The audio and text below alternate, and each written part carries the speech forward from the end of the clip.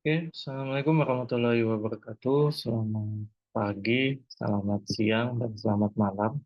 Kapanpun kalian menonton video ini. Pertama-tama, terima kasih sudah membuka link YouTube yang sudah saya share. Jadi untuk link YouTube hari ini adalah terkait dengan materi terakhir di mata kuliah akuntansi keuangan. Em, Materi terakhir hari ini adalah terkait dengan ekuitas, karena sebelumnya kita sudah membahas aset, liabilitas. Maka pada kesempatan kali ini kita juga akan membahas terkait akun ataupun ekuitas yang ada di dalam laporan posisi keuangan. Mungkin saya akan langsung saja ke dalam materi pokok pembahasan pada hari ini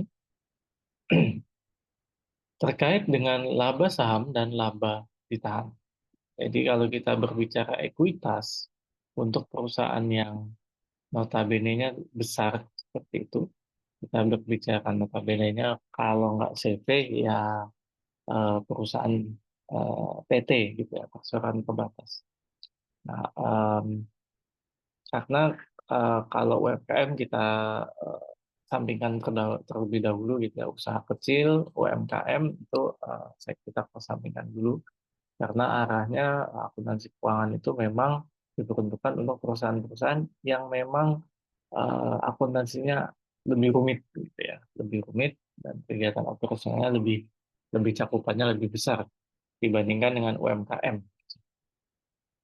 Nah, ada beberapa topik pembahasan yang kita akan bahas pada kesempatan kali ini. Ada karakteristik dari perusahaan, sumber utama modal saham, sumber-sumber paid in capital atau laba ditahan.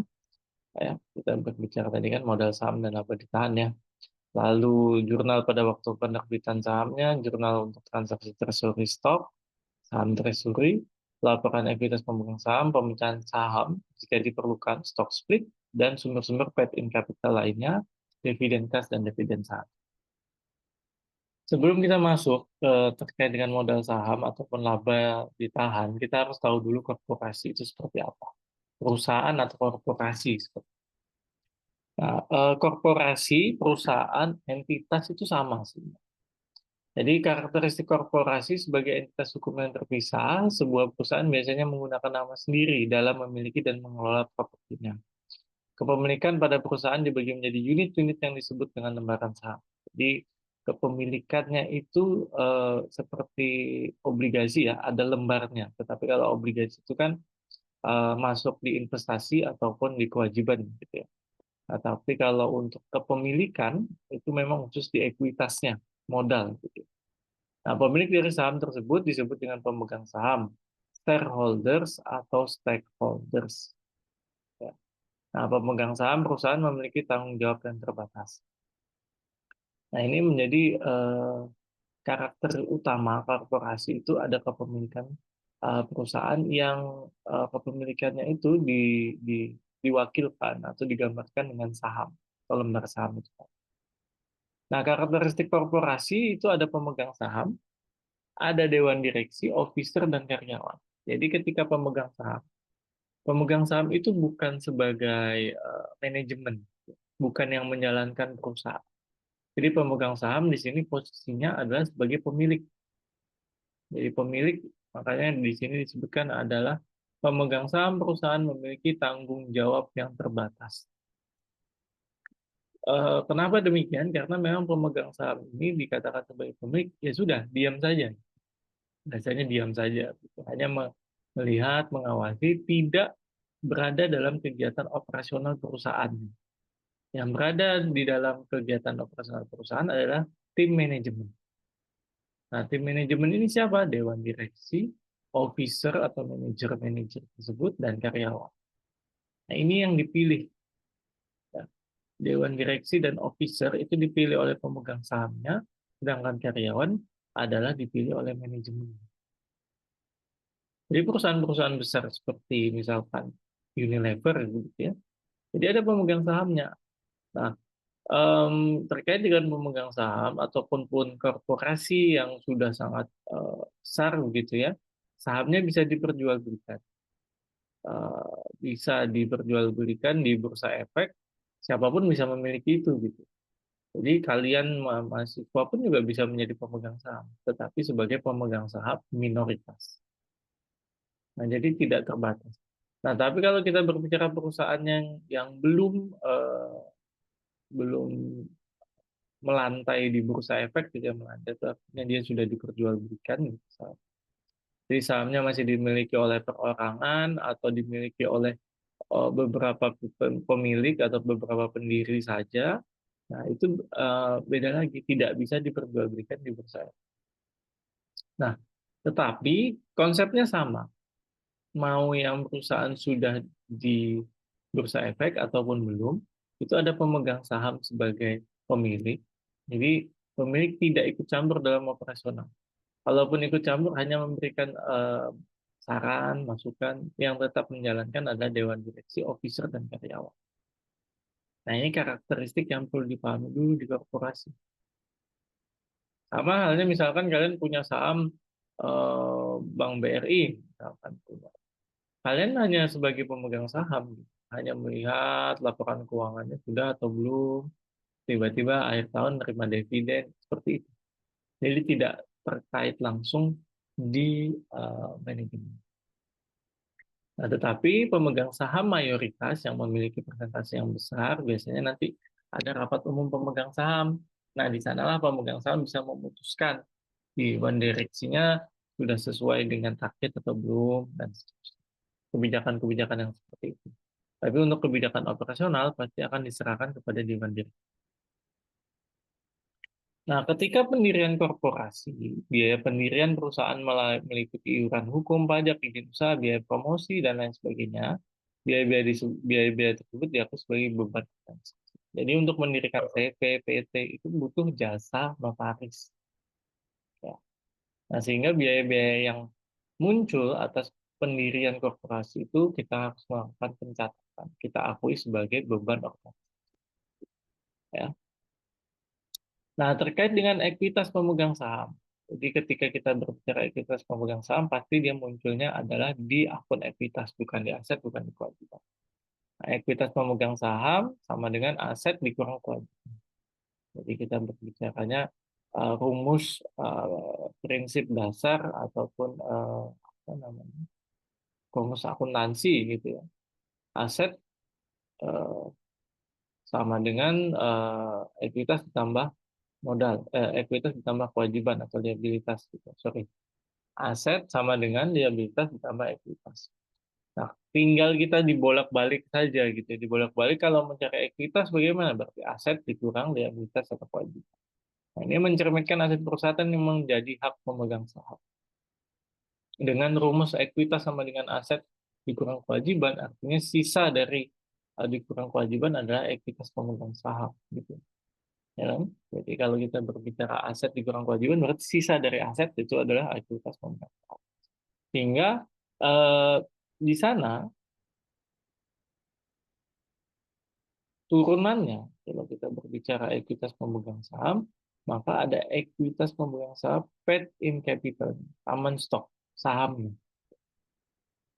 Nah, common stock, eh, ini saham biasa gitu ya, common stock, laba di investasi pemegang saham. Jadi ini dianggap sebagai investasi pemegang saham di paid in capital. Sedangkan laba ditahan itu apa? Laba ditahan itu laba yang diinvestasikan kembali. Ya. Jadi laba perusahaan punya laba nih di laporan laba rugi. Nah, di laporan laba rugi itu misalkan labanya 1 miliar. Nanti di rapat umum pemegang saham akan ditentukan berapa jumlah yang akan dibagi ke pemilik, ke pemegang saham. Dibagi itu dalam bentuk dividen. Di laba yang sudah didapat di laporan laba rugi 1 miliar, itu dia akan ditentukan dulu di rapat umum pemegang saham. Berapa persentase untuk dibagikan ke pemegang saham atau untuk diinvestasikan kembali. Jadi labanya dikembalikan ke perusahaan untuk kegiatan operasional perusahaan. Mungkin bisa untuk pengembangan perusahaan, pengembangan produk, dan seterusnya. Jadi itu laba ditahan. Laba ditahan ini udah untuk kegiatan operasional perusahaan deh. Dividen itu sudah beda lagi. Itu laba ditahan untuk perusahaan. Nah, terkait dengan paid in capital ataupun modal gitu ya, stok, ada sumber modal yang di stok. Jadi kalau kemarin belajar akuntansi pengantar gitu ya, ada si pemilik menyetorkan modal sekian gitu ya, berupa uang kas, berupa peralatan. Nah, ada beberapa tipe terkait dengan modal di store, terkait penerbitan saham, ada saham yang diotorisasi, authorized stock, ada saham yang diterbitkan, dan saham yang beredar. Authorized stock, issue stock, dan outstanding stock. Jadi ini bisa dipelajari sendiri ya. Silahkan nanti dibaca lagi PPT. Ini yang saham yang berhak dikeluarkan oleh perusahaan, saham yang telah diterbitkan, yang benar-benar dimiliki atau dipegang oleh publik. Jadi ada perbedaan. Outstanding stock ini yang dipegang oleh pemegang saham lainnya, benar-benar dipegang oleh publik. Bisa jadi ini kita berbicara perusahaan yang sudah go public, yang sahamnya sudah dijual belikan di bursa efek.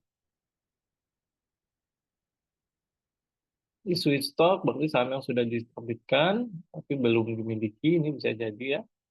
Dia ada beberapa kemungkinan ya.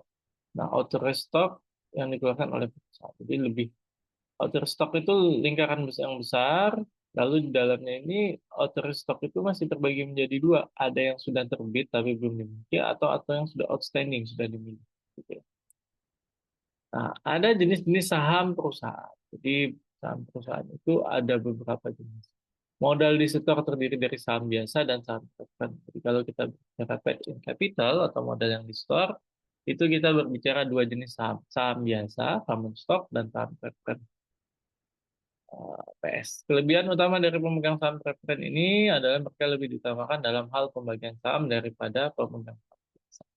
Jadi dengan kondisi ada dua jenis saham, bedanya apa? Kalau saham preferred itu ketika ada dividen dia akan diutamakan. Jadi ini ada ilustrasi ya. Jadi uang untuk dividen yang pertama kali dibagi itu adalah pemegang saham preferred. Pemegang saham biasa nanti, gitu ya. Itu salah satu perbedaan. Jadi nanti biasanya kita kalau mau menjadi pemegang saham gitu ya bisa memilih mau saham preferred atau saham biasa. Tapi pasti akan ada perbedaan di nominal. Gitu. Jadi kita akan bahas satu persatu. Nah, ini pemegang saham, pemilik saham tadi ada jenis-jenis saham, saham utama, saham biasa itu saham utama, perusahaan di mana pemiliknya memiliki hak suara dalam memilih direktur, pembagian laba, dan membeli tambahan saham perusahaan. Sedangkan preferen, jenis saham yang dimiliki hak lebih jenis saham yang memiliki hak lebih dibandingkan saham biasa dalam hal pembagian dividen dan likuidasi perusahaan. Jadi ada dua. Ya. Ketika kita berbicara saham biasa itu ketika pembagian dividen dan likuidasi masih kalah dengan dengan pemegang saham preferred. Jadi pemegang saham biasa tidak tidak didahulukan, tidak bisa. Tapi saat pemegang saham biasa itu punya hak dalam memilih direktur, pembagian laba, dan membeli tambahan saham perusahaan yang hak itu tidak dimiliki oleh pemegang saham preferred. Jadi ada perbedaan itu. Ada perbedaan antara pemegang saham biasa dengan pemegang saham preferred tersebut. Ya, ada plus minusnya begitu. Ketika kita punya saham preferred, kita didahulukan pembagian dividennya ataupun likuidasi ketika misalkan perusahaan bangkrut nih, yang pertama kali dibagi sisa-sisa pembagian aset-asetnya itu sih saham preferred dulu. Barulah ke saham biasa kalau ada sisa. Tapi kalau pemegang saham biasa, dia punya hak gitu ya, memilih direktur tadi kan ya, di di depan dewan direksi itu dipilih oleh pemegang saham. Officer manajemen juga dipilih oleh pemegang saham. Nah, pemegang saham yang mana? Yaitu pemegang saham. Jumlah pembagian labanya pun yang menentukan rapat umum pemegang saham adalah pemegang saham biasa. Jadi ada plus minus. Nah, ini ada contoh pemegang preferred stock atau saham preferred yang tidak berpartisipasi akan mendapatkan dividen dengan jumlah tertentu yang tadi. Ini yang non partisipasi. Contoh perusahaan memiliki 1.000 lembar saham dengan $4 preferred stock non partisipasi di per lembar sahamnya itu $4 maksudnya gitu dengan 1.000 lembar, dan 4.000 lembar saham common stock, saham biasa. Nah, ketika ini kondisinya ada laba bersih, laba bersihnya 20.000, tahun 2003 55.000, ini 62.000 ya, sorry. 2004-nya 62. Nah, laba bersihnya sudah dari laporan laba rugi gitu ya, sudah didapat ternyata 20.000, kita ngomongin 2002 dulu. Oke, kita ngomongkan 2002 dulu. Laba bersihnya 20.000. Jadi ketika dilaporkan laba rugi, pendapatan dikurang seluruh beban, dikurang HPP gitu ya, didapat ternyata laba bersihnya adalah 20.000. Nah, ketika rapat umum pemegang saham pasti akan ditentukan berapa dividen yang akan diperoleh, berapa yang dikembalikan kepada perusahaan atau dikembalikan kepada manajemen untuk dikelola. Di sini disebutkan berarti laba ditahannya 10.000.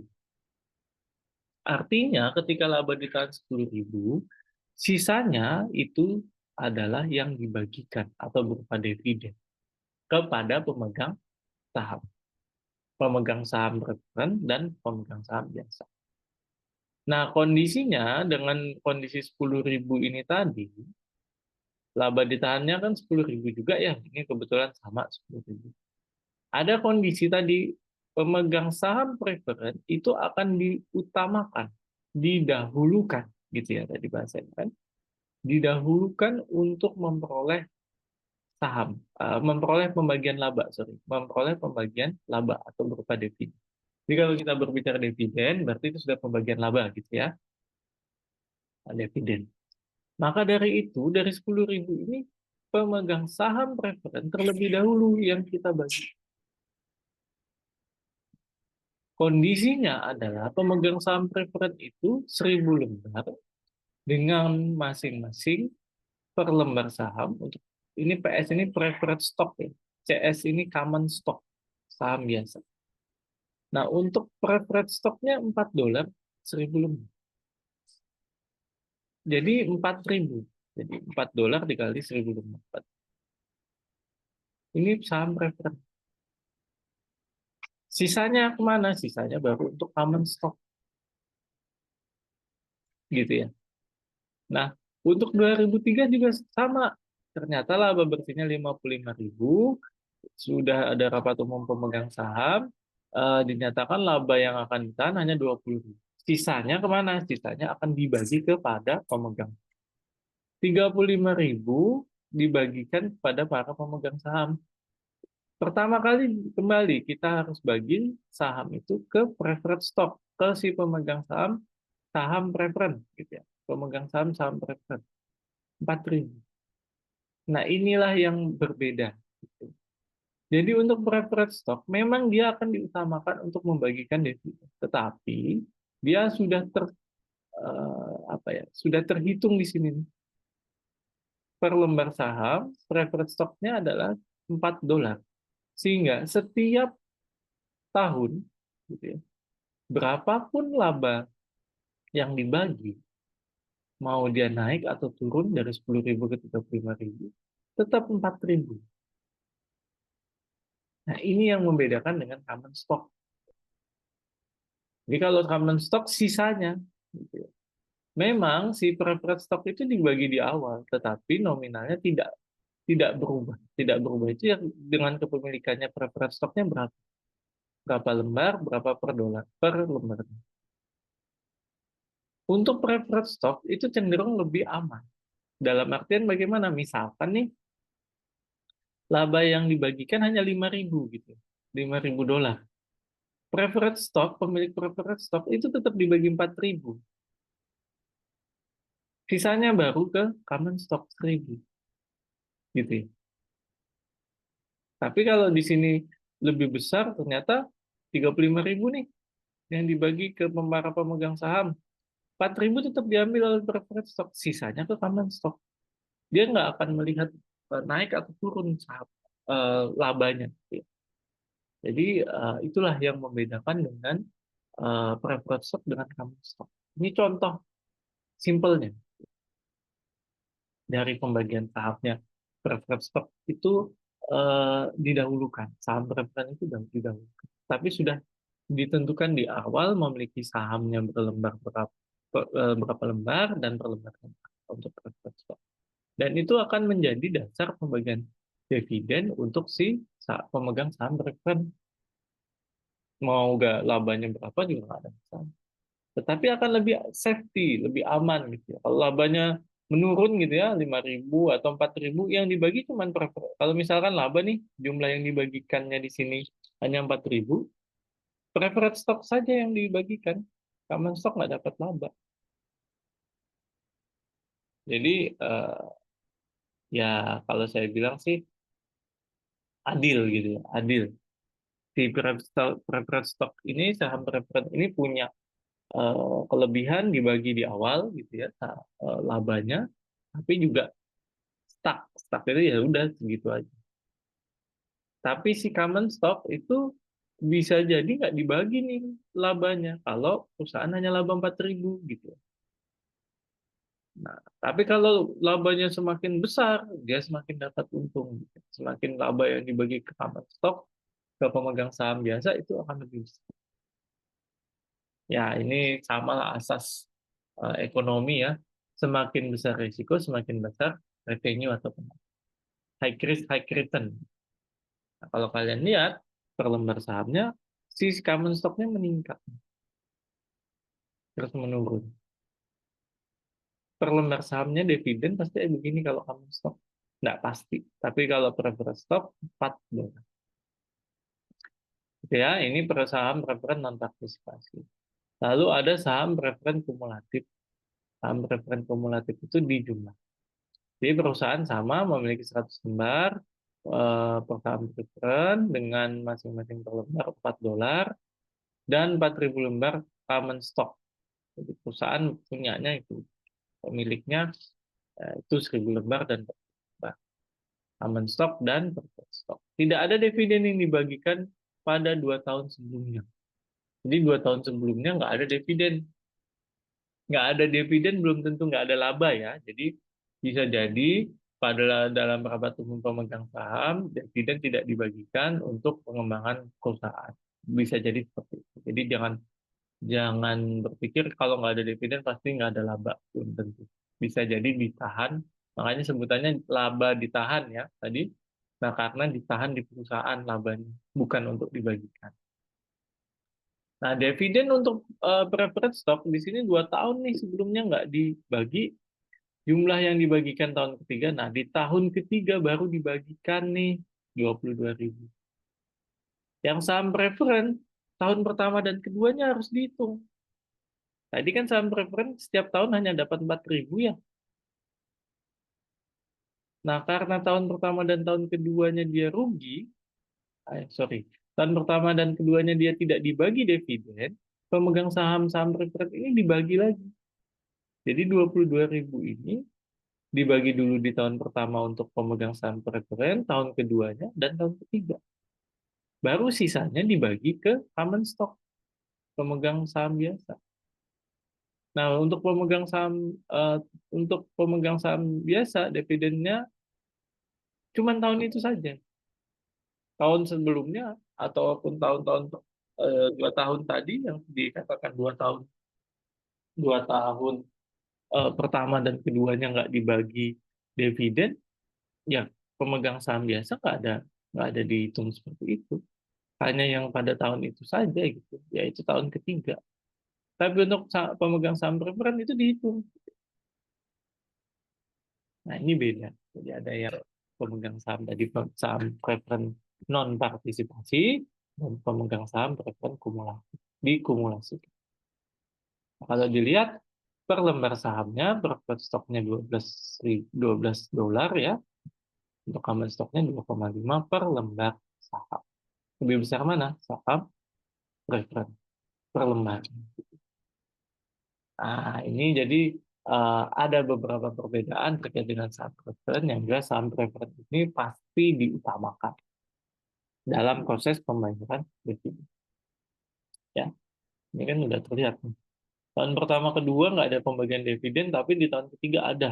Di tahun ketiga itu diutamakan tahun pertama dan keduanya preferred stock, pemegang saham preferensinya dapat juga. Gitu. Ini kan udah terlihat ya. Sedangkan common stock hanya di tahun tersebut saja. Nah, itu terkait dengan saham preferen dan saham biasa, ya. Lalu sumber lain terkait dengan modal yang di store itu bisa berupa eh, donasi tanah ini ya, tanah ya berupa aset yang dimasukkan ke perusahaan. Bentuknya kalau soal-soal sebelumnya mungkin peralatan gitu ya dimasukkan. Nah, ini contohnya pemerintah nih memberikan tanah ke perusahaan kita, tanah pada modal donasi. Ini bisa eh, harus diakui sebagai modal donasi. Nah, perusahaan ternyata juga memiliki modal dasar 10.000 profit slot dengan nilai nominal $100 dan 100.000 lembar common stock nilai nominal $20. Ternyata di 5 April perusahaan mengeluarkan setengah bagian dari masing-masing sahamnya pada nilai par-nya untuk menambah kas perusahaan. Nilai par itu adalah nilai eh, kursnya 100 gitu, sesuai dengan nilai nominal. Jadi karena menerbitkan saham preferen dan saham biasa pada nilai parinya masing-masing setengah ya. Setengah bagian. Jadi 10.000 lembar, jadi setengahnya 5.000 dikali dengan 100, makanya di sini ada 500.000. Lalu 100.000 lembar common stock 50 ribunya dikali dengan 20. Kita dapat 1 juta. Nah, ini diterbitkan untuk menambah kas. Bagaimana cara untuk menambah modal kalau kita butuh duit gitu ya di perusahaan besar? Salah satunya ini terbitkan saham. Bisa juga terbitkan obligasi kemarin ya. Nah, tapi kalau obligasi itu kan kita membayarnya kewajibannya ada kewajiban untuk membayar bunga gitu ya, amortisasi dan seterusnya. Ini pilihan. Perusahaan boleh milih mau nerbitin yang mana. Kalau nerbitin saham preferensial biasa berarti punya kewajiban untuk bayar dividen. Itu kan punya masing-masing punya ada kewajibannya. Ya, karena kita meminta pinjaman gitu ya, pinjaman duit. Kalau pinjam wesel, ya berarti bayar bunga juga. Jadi kurang lebih sama. Nah, untuk penerbitan saham pada premium, kalau dia pada nilai par, berarti 100% nggak ada premi atau diskonto gitu ya. Nah, kalau dia premium, premium itu berarti ketika saham diterbitkan di atas nilai parnya, maka saham itu dijual pada premium. Tetapi jika dijual di bawah par value-nya, par value itu nilai nominal ya. Jadi jangan pusing. Ini pakai bahasa di saham, pakai par value. Tapi kalau kemarin kita membahas nilai nominal, ya itu sama. Maka saham itu dijual pada diskon. Ya, dijual di bawah par value, nilai nominalnya berarti lebih besar. Itu disebut diskonto. Sama kan ya? Kalau premi, harga jualnya lebih besar. Diterbitkan di atas nilai parnya, ya, maka saham itu dijual pada premium. Maksudnya seperti itu. Dijualnya di atas nilai par value-nya. Contoh, perusahaan menerbitkan 2.000 lembar PS ini preferred stock dengan parnya $50. Tetapi dijual dengan harga $55. Ini menjadi premi ya, karena harga jualnya lebih besar dibandingkan dengan nilai par value. Ya, kalau kemarin kan betul kan ya, nilai nominal lebih besar dibandingkan harga jual, itu diskonto, diskon sama ya konsepnya. Jadi ketika dijual di atas nilai par value atau nilai nominal, artinya harga jual lebih besar, harga perolehan lebih besar, maka dinyatakan sebagai premi. Kas pada saham preferen dan nah kalau dia di bawah eh, lebih besar nilai nominal ya, par value-nya 50, dijualnya 45, menjadi diskonto. Nah, ini udah jago lah kalian ya kemarin udah membahas ini di obligasi walaupun di obligasi tapi konsepnya sama. Diskonto dan premi. Nah, kita lanjut ke saham treasury. Jadi ada saham berikutnya, saham treasury adalah saham yang telah diterbitkan dan dibayar penuh yang telah ditarik oleh korporasi. Jadi saham treasury adalah saham perusahaan yang telah dikeluarkan kemudian ditarik atau dibeli lagi perusahaan. Jadi saham itu sudah diterbitkan, sudah dimiliki oleh beberapa pemilik, tapi perusahaan mau menarik kembali. Kalau perusahaan membiarkan sahamnya dimiliki oleh pemilik memegang saham atau orang lain di luar perusahaan gitu ya. Artinya kan kita punya kewajiban membayar dividen tadi. Sehingga ditarik gitu ya supaya nggak bayar dividen. Jadi laba ditahan aja gitu maksud. Pemiliknya juga nggak banyak-banyak. Sehingga saham yang ditarik itulah disebut dengan saham treasury. Metode akuntansi yang digunakan untuk mencatat saham treasury itu adalah metode cost. Oke, langsung ke contoh. Jadi tanggal 5 Januari perusahaan membeli 1.000 saham treasury CS common stock, partnya 25, jadi par value-nya $25 gitu ya bahasanya. Dengan harga, jadi belinya di atas harga nominal, ya, di atas par value ya. Jadi disebut dengan eh, kalau tadi ya premi dengan diskonto ya, ini masih disebut dengan premi gitu ya. Nah, untuk agio, sorry, untuk saham treasury, ketika dia premi itu disebut dengan agio. Jadi ketika kita beli ini ya, pertama sebentar, kita beli 1.000 saham treasury common stock, nilai parinya 25 atau par value-nya 25 atau nilai nominalnya 25, harganya $45 per lembar, harga jualnya. Sebenarnya kan saham treasury-nya kembali pada kas gitu ya. Nambah kan saham treasury-nya makanya di debit pada kas. Kasnya duitnya keluar $45 dikali 1.000 saham. Nah, di 2 Juni dijual ini ketika kita dijual 200 lembar saham treasury tadi, jadi ketika kita sudah beli, terus kita jual lagi. Ini kondisinya seperti itu. Ternyata kita jual lagi berapa? $60. Belinya tadi berapa? $45. Ya, belinya $45, eh, ininya $60. Jualnya $60. Jadi ada selisih tuh. Walaupun tadi par value-nya 25 saja ya di awal. Jadi kondisinya begitu. Saham treasury itu sahamnya sudah terbit, sudah beredar gitu ya. Nah, 1.000 lembar saham ternyata gitu ya. Di 5 Januari perusahaan mau beli lagi gitu ya. Sahamnya berupa common stock CS, nilai nominalnya 25, harga jualnya 45. Jadi saham treasury pada kas. Nah, di sini kita nggak mengakui nilai nominalnya lebih besar, tapi harga belinya lebih, sorry, nilai nominalnya 25, harga jualnya, harga belinya 45 gitu. Ini kan lebih kecil nilai nominalnya. Harusnya ada, eh, kalau harga jual lebih besar berarti ada premi. Enggak, bukan gitu. Gitu ya. Kenapa? Karena ini saham treasury. Tapi ketika saham treasury itu sudah kita miliki kembali, lalu kita jual lagi, gitu ya. Nah, itu baru kita akui yang namanya agio dan disagio. Kalau agio itu seperti ini kondisinya, kita tadi belinya $45, beli kembalinya $45, kita jualnya $60.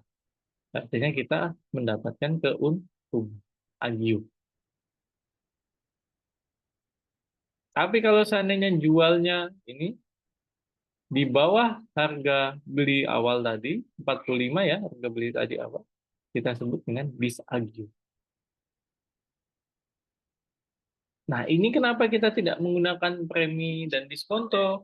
Karena premi dan diskonto itu digunakan pada saat ini kan penerbitan di awal. Tapi kalau sudah dijual belikan, lalu kita tarik, gitu ya, kita beli lagi sebagai perusahaan penerbit, gitu ya, kita beli lagi, kita nggak ngakuin itu, gitu. Karena sudah diakui di awal tadi, pada saat penerbitan awal tadi di sini, misalkan, kan, kita akui diskonto ataupun premi. Nah, tapi kalau di saham treasury-nya itu kita miliki, lalu ternyata, oh, saham ini masih bisa kita jual, tapi lebih tinggi harganya daripada harga kita beli saham treasury. Saham treasury itu kan yang kita beli kembali ya. Saya ulangi ya. Saham treasury itu adalah saham yang kita beli kembali atau kita tarik kembali. Ternyata saham yang udah kita tarik kembali itu harganya bisa naik lagi nih kalau dijual. Nah, maka dari itu bisa dijual. Ketika menjual itulah muncul yang namanya agio kalau di harga jualnya lebih besar, muncul di agio kalau ternyata dia rugi gitu, ini rugi ya, karena jualnya di $40. Nah, itu untuk saham treasury. Lalu saham itu bisa dipecah atau dilakukan stock split, jadi kadang-kadang menurunkan nilai parinya dari saham dan mengeluarkan tambahan lembar saham. Hal inilah yang disebut dengan pemecahan saham. Contohnya gimana? Sebelumnya nih, misalkan ada 4 lembar, jadi ada saham itu kita anggap lingkaran ini, ya. Nah, ada 4 lembar saham dengan nilai par value-nya 100, ya, $100 dibagi 4. Jadi satu saham yang diterbitkan, jumlahnya 4 lembar, nilainya adalah 400. Stock split ya, stock split itu dari 4 lembar tadi dipecah, diubah jadi 20 lembar. Tapi dengan nilai total saham tadi tetap $400. Jadi harga per lembar sahamnya yang berkurang. Jadi mengecil. Karena dibagi banyak gitu ya. Sama kayak kita punya kue gitu ya. Kue di satu satu kue dibagi 4 orang, itu dapat masing-masing seperempat seperempat gitu ya. Kue itu misalkan kita beli kue 100.000 gitu ya, 100.000 kita beli kue yang sebelah kiri ya. Nah, lalu kita bagi 4, berarti kan satu potongan itu 25.000 kue, 25.000, 25.000. Karena harganya 100.000 tadi. Tapi perusahaan itu kadang mau dipecah di stock split. Supaya apa? Supaya sahamnya gampang dijual, karena kan lebih murah. Jadi saya seandainya beli jualan kue nih, ya, jualan kue, saya beli dari orang lain kuenya, dan saya jual. Nah, kalau saya potong 4 itu kue, berarti kalau harganya 100.000, saya jualnya 25 ribuan. Tapi kalau 25 ribu, kalau saya jual misalkan jual di Poltek gitu ya, mahal, nggak laku nih. Sehingga saya bagi lagi tuh kue jadi 20 bagian. Saya jualnya lebih murah. Tapi tetap dengan harga 100.000, berarti saya jualnya 5 ribuan. Akan lebih mudah menjualnya dibandingkan dengan yang tadi, dengan harga satu potong 25.000. Ini sama kondisinya. Jadi di stock split dipecah sahamnya, tapi tetap dengan nilainya $400. Dengan tadi kalau kue tetap dengan nilai 100.000. Nah, lalu untuk akuntansi dividen ya. Akuntansi untuk dividen kas dividen, korporasi akan membagi dividen kas jika laba ditahan yang berlebih, tersedianya uang kas dan kebijakan Dewan Direksi. Jadi ada 3 ini ya, pada saat rapat umum pemegang saham, dividen itu ditentukan di sana. Nah, akuntansi untuk dividen, ya, untuk dividen kas ada beberapa hal yang penting, tanggal pengumumannya kapan, tanggal pencatatan, dan tanggal pembayaran. Nah, kita harus tahu tanggal-tanggal ini supaya kita tahu kapan pencatatannya. Kapan kita harus menjurnalnya. Jadi yang di jurnal itu pada saat tanggal pengumuman saja dan pada saat pembayaran. Kalau pada saat tanggal pencatatan, ini kan pencatatan itu hanya perusahaan akan mencatat siapa saja pemegang saham yang berhak atas kas dividen. Belum dibagi, gitu, gitu ya. Jadi tidak perlu dilakukan pencatatan. Yang perlu dilakukan pencatatan itu saat pengumuman, perusahaan mengumumkan bahwa akan membagikan dividen kepada pemegang saham. Jadi pada saat rapat umum pemegang saham ditentukan berapa jumlah dividennya, berapa yang ada di laba yang ditahan atau di perusahaan. Nah, di saat itulah, misalkan dari 1 miliar, 50%-nya dibagikan, dijadikan dividen. Pada saat itulah kita harus melakukan penjualan. Dan pada saat itu kan masih belum dibayar ya, mungkin besoknya atau seminggunya gitu ya. Kenapa? Karena harus dicatat dulu nih, siapa aja pemegang sahamnya yang berhak dapat dividen. Dicek dulu, dicatat dulu bahasanya. Bukan catat jurnal ya. Nah, pada saat sudah dicatat semua nama-nama pemegang saham, baru dibayarkan, yaitu tanggal pembayaran. Nah, itu di situ harus melakukan penjualan. Contohnya, misalkan,